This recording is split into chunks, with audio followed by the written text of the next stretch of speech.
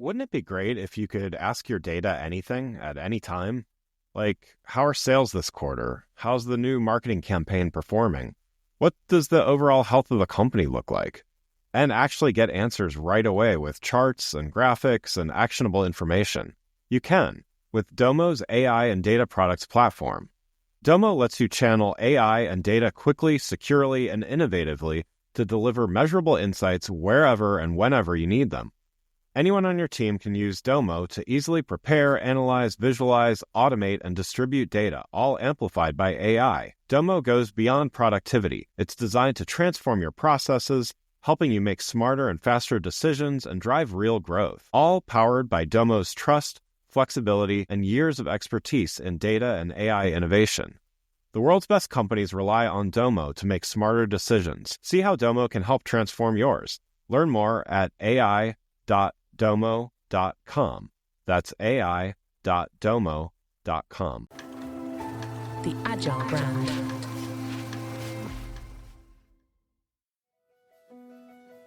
Welcome to Season 6 of the Agile Brand, where we discuss marketing technology and customer experience trends, insights, and ideas with enterprise and technology platform leaders.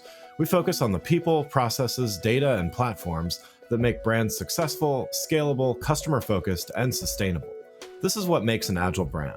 I'm your host, Greg Kihlstrom, advising Fortune 1000 brands on MarTech, marketing operations, and CX, best-selling author and speaker. The Agile Brand Podcast is brought to you by TEKsystems, an industry leader in full-stack technology services, talent services, and real-world application. For more information, go to teksystems.com. Before we get started, I wanted to make sure you know about my internationally best-selling book, House of the Customer. In it, I walk through practical steps of how brands can build the one-to-one, personalized, omni-channel customer experience we talk about a lot on this show, and discuss ways to make incremental steps toward this goal. Don't just take my word for it. Destination CRM called it required reading, and I'm sure you'll agree. You can find House of the Customer on Amazon or learn more on my website, gregkihlstrom.com.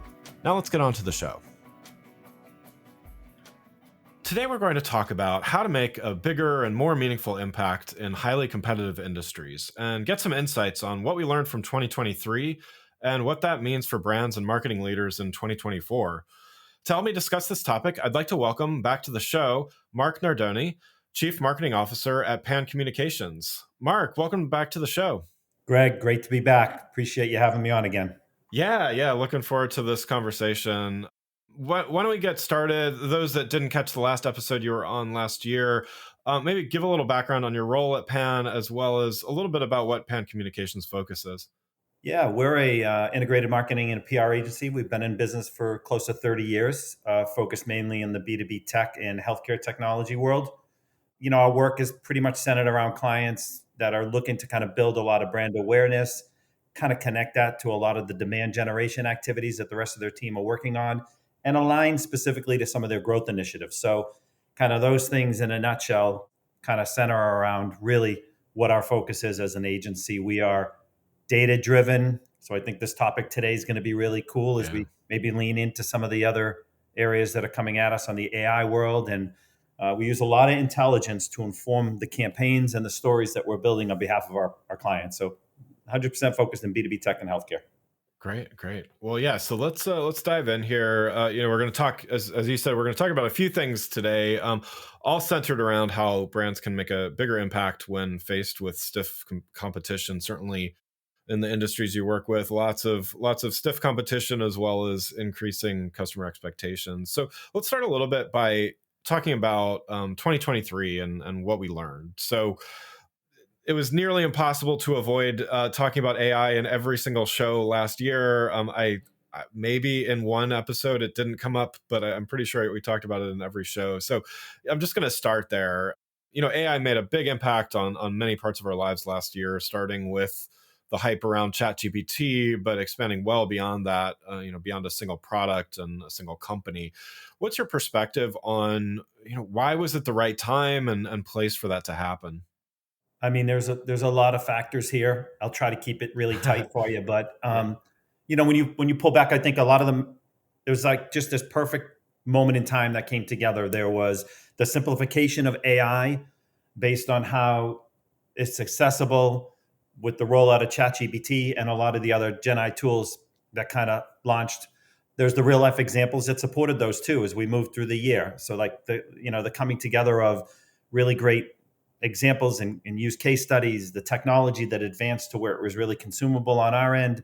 And I also think one of the biggest factors was the macro economy. You had a tighter workforce, you had a lot of department reductions, and that level of performance and productivity kind of had to maybe bring in more from a technology standpoint. So those were all kind of really kind of interesting angles that started to point to this could be a really interesting tsunami coming at us from an AI standpoint. I also think that, don't forget, as we left 21 into 2022, the digital transformation and the experience that was taking shape, AI kind of helped fuel that a little bit differently. The dynamics on the investment front changed big time.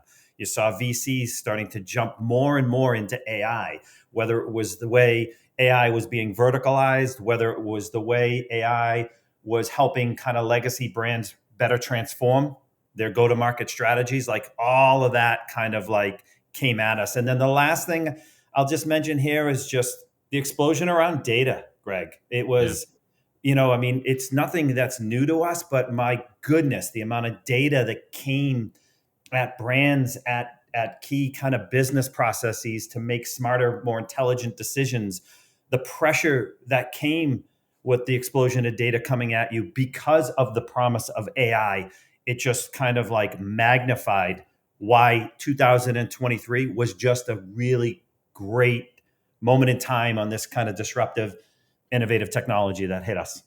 Yeah, definitely. You hit on a lot of great points there, and I do think how many years ago was it that big data was it was all the rage, and that was like the buzzword, just like AI kind of was last year. Big data was all the rage, but I think what we found was we started collecting all this data and lakes and all manner of methods, but I think AI really helped unlock a lot of that data that was being collected, some of it useful, some of it maybe not useful, but much of it just kind of sitting there, and humans weren't able to kind of go through it all. So I think that was a big thing. And just generally the idea, and I know I've said this before in the show, but I think one reason AI, and you touched on this as well, that was so impactful is because businesses were actually able to get meaningful impacts from it fairly quickly. They had to invest, but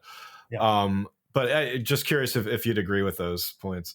I 100% agree. I mean, a couple other things that we should kind of think through, right? Is like you had this moment in time where, like last year, when the rollout of ChatGPT and Bard and these other kind of great platforms and tools were launched, you saw, searches for AI just went through the roof. We know specifically, Google had a 400% increase in searches just on AI from that November timeframe. So that was a really interesting kind of point that we were looking at. And then you also have kind of, as we kind of come back to, we talk a little bit about the case studies, the successes, those kind of tangible, campaigns and programs that we can put our arms around a little bit better, right? Because AI was used in a very different way. I mean, it was either in a manufacturing setting or in supply chain or all these other kind of financial data crunching. And now we're looking at it very differently from a Gen AI. So you got the creation economy and you got all these other things that are starting to jump in. But one thing that we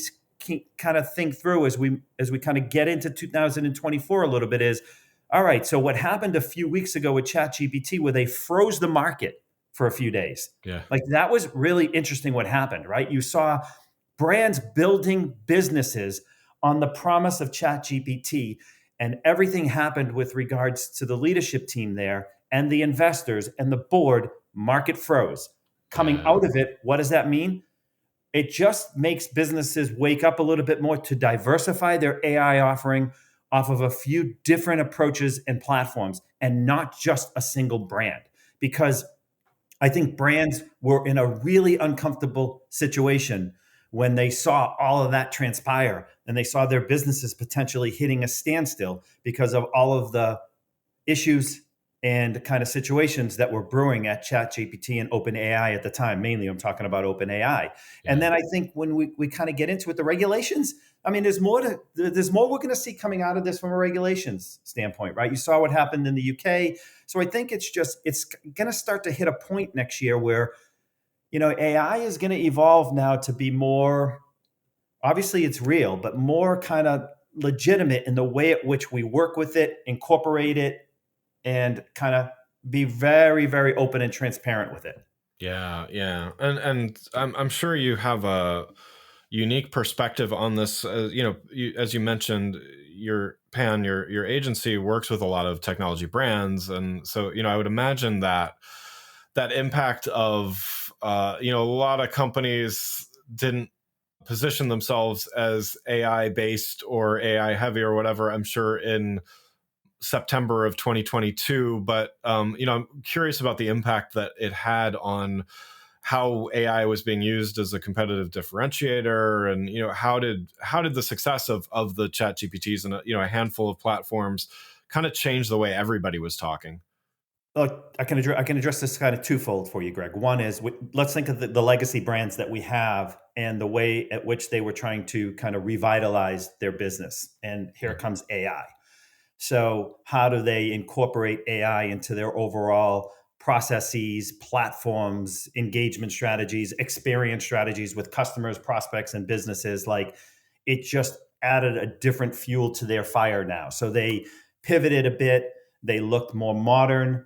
They kind of acted a little bit more current just based on everything that AI could do to their business. The second part is, and then there's the kind of, you've got the world of businesses starting from the beginning with AI. So we had legacy brands that were born from AI. Cogito is one of them. A few of them we have in the agency. And then we have others that, again, kind of repositioned and pivoted. And then we have others that are coming at us with just pure play AI. And it's like, you've got the dynamics of these two styles of business, one looking to kind of transform and the other looking to kind of become relevant.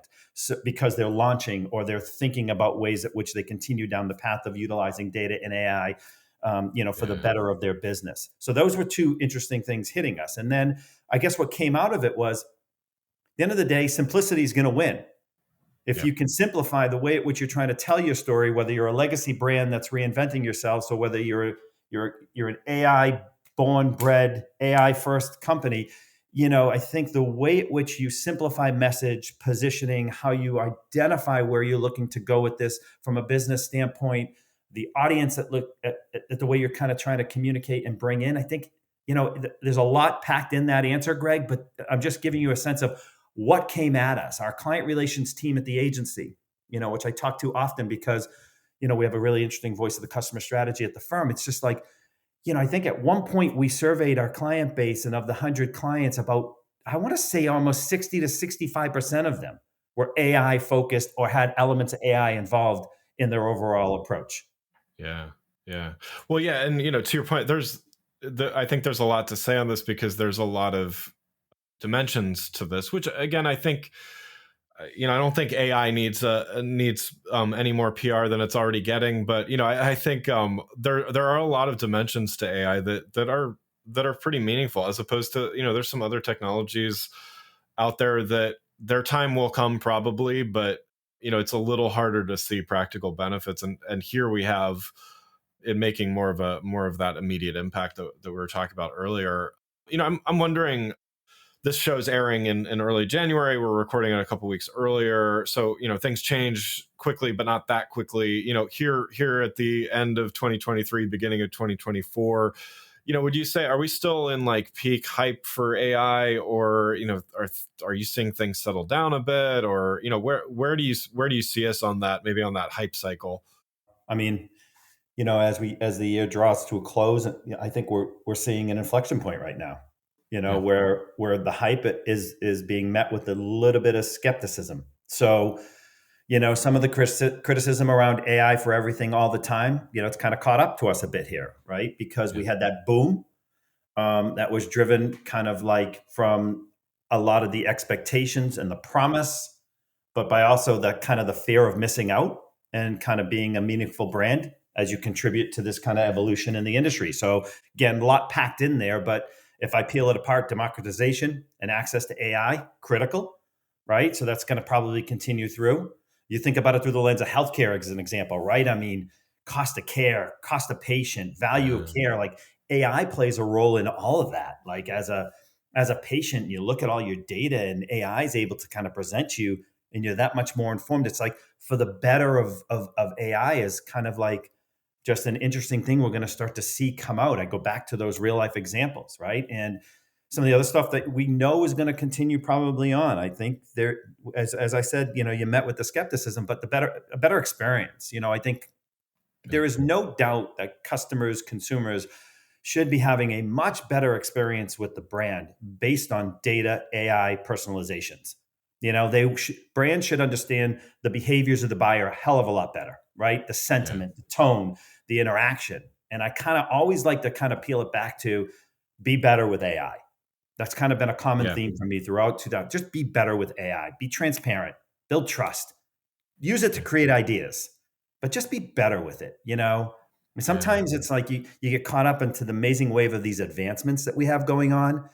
And this is a big, big thing hitting us, but it's TBD with the brands kind of from a standpoint on, how are they going to use it? And I know, Greg, you've probably talked to a lot of people about ethical AI and, the conversations around that. That's going to be definitely front and center in 2024 as more regulations come into play, as governments maybe get involved, as tech helps solve this puzzle and kind of process for us all. So, there's a lot of things tied up there.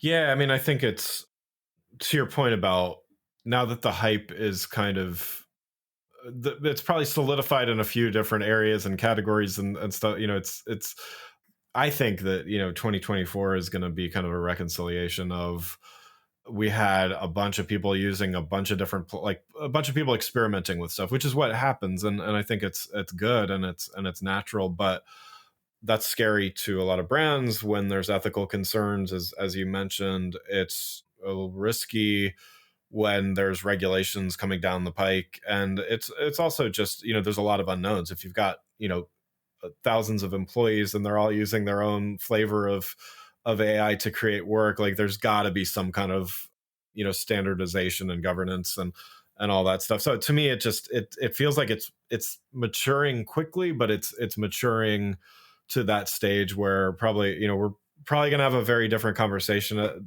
at the end of next year, in other words. Yeah, I agree. Again, it goes back to, and your points are really valid, right? It goes back to we're at that inflection point right now, because I think brands are realizing they need to balance the hype with kind of the reality of the delivery.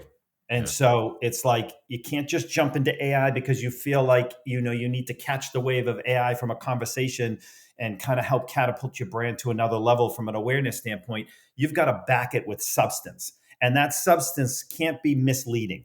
It's got to be authentic. It's got to be transparent. You have to be held accountable. And so I think brands are going to sit back and I think they're going to continue to move at a really rapid pace, but cautiously move at a rapid pace. Wouldn't it be great if you could ask your data anything at any time? Like, how are sales this quarter? How's the new marketing campaign performing? What does the overall health of the company look like? And actually get answers right away with charts and graphics and actionable information. You can with Domo's AI and data products platform. Domo lets you channel AI and data quickly, securely, and innovatively to deliver measurable insights wherever and whenever you need them. Anyone on your team can use Domo to easily prepare, analyze, visualize, automate, and distribute data, all amplified by AI. Domo goes beyond productivity. It's designed to transform your processes, helping you make smarter and faster decisions and drive real growth. All powered by Domo's trust, flexibility, and years of expertise in data and AI innovation. The world's best companies rely on Domo to make smarter decisions. See how Domo can help transform yours. Learn more at ai.domo.com. That's ai.domo.com.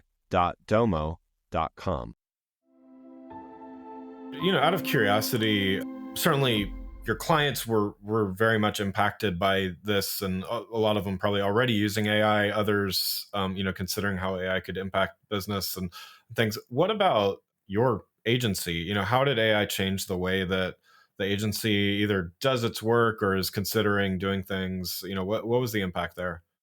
So AI wasn't really new to us, Greg. Maybe in the way it's new in the way that content's created, or Yeah. tools help you kind of like can ideate a little bit better. We've always had AI at the core of our platform from the way that we analyze data, because we've always been kind of a data first, data driven type of agency.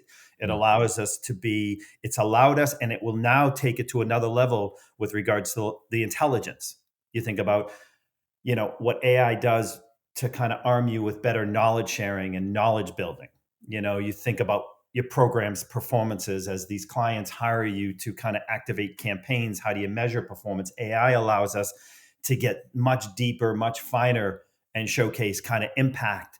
And then the other thing I had talked to you about in one of the previous questions was the personalization side of it.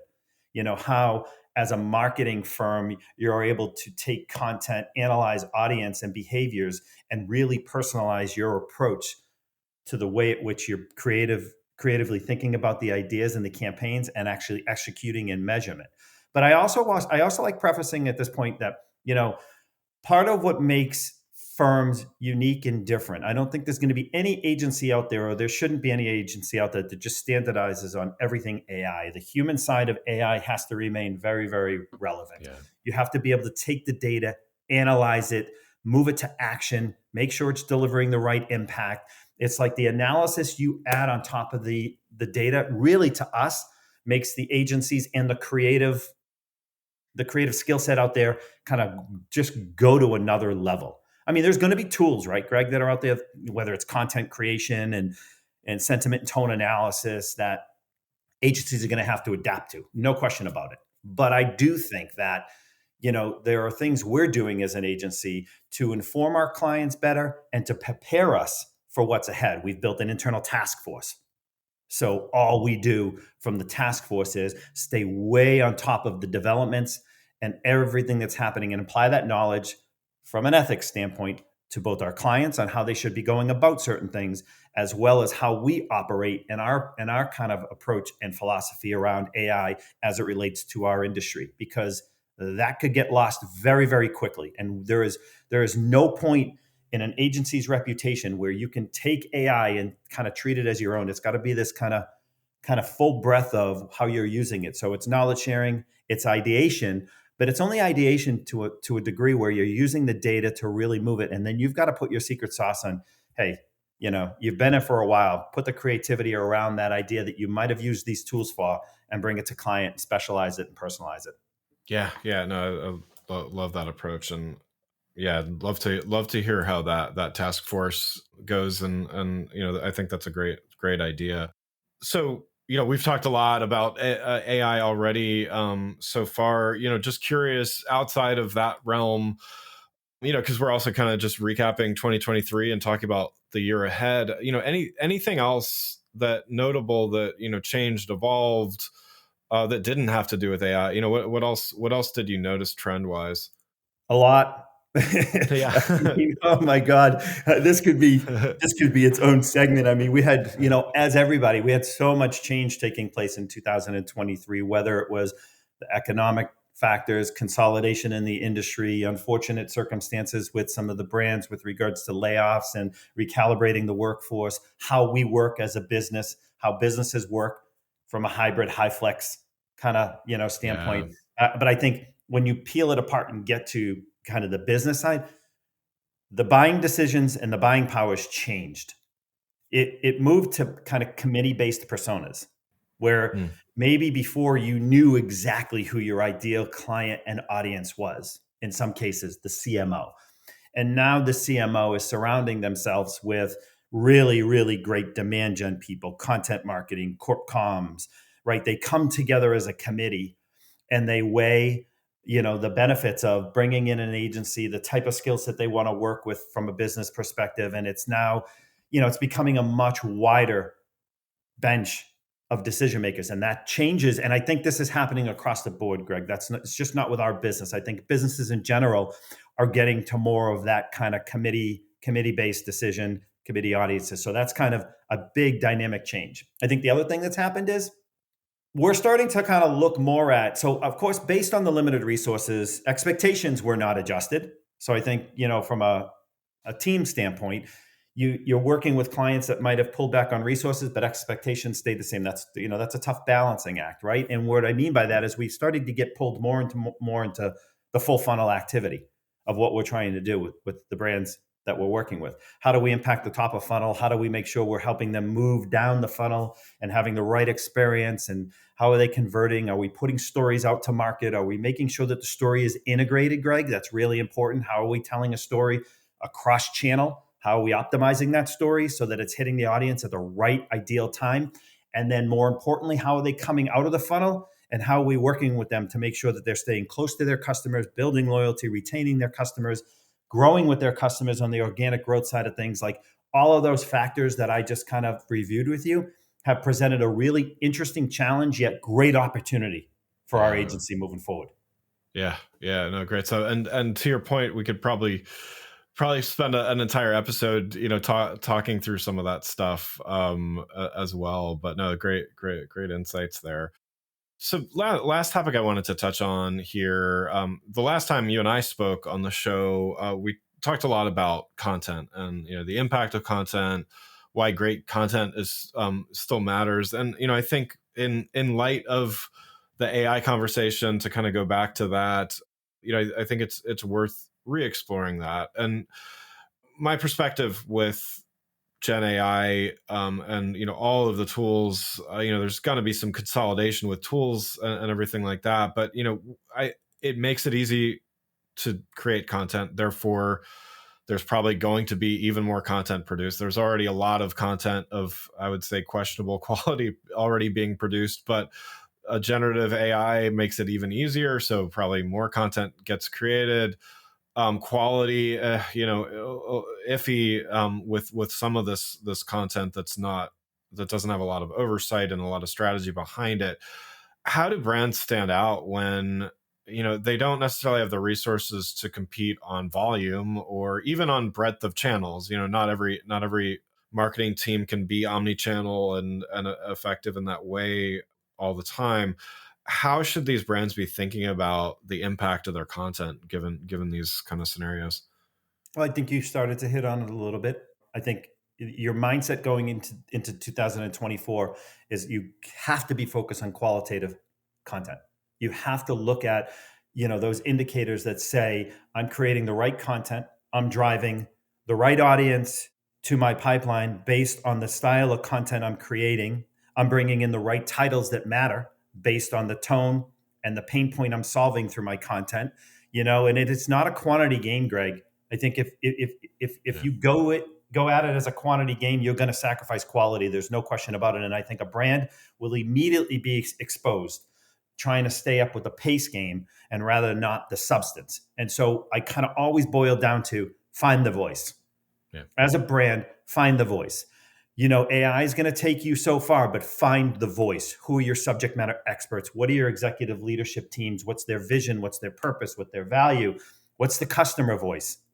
What's their values? How do you pull that into your content strategy? Because, like, for example, we did our brand experience report this year. I'm sure you read it. It kind of looked at a few different stats. One that jumped out to me the most was 44% of customers would move away from a brand if they knew that most of their engagement relied only on AI.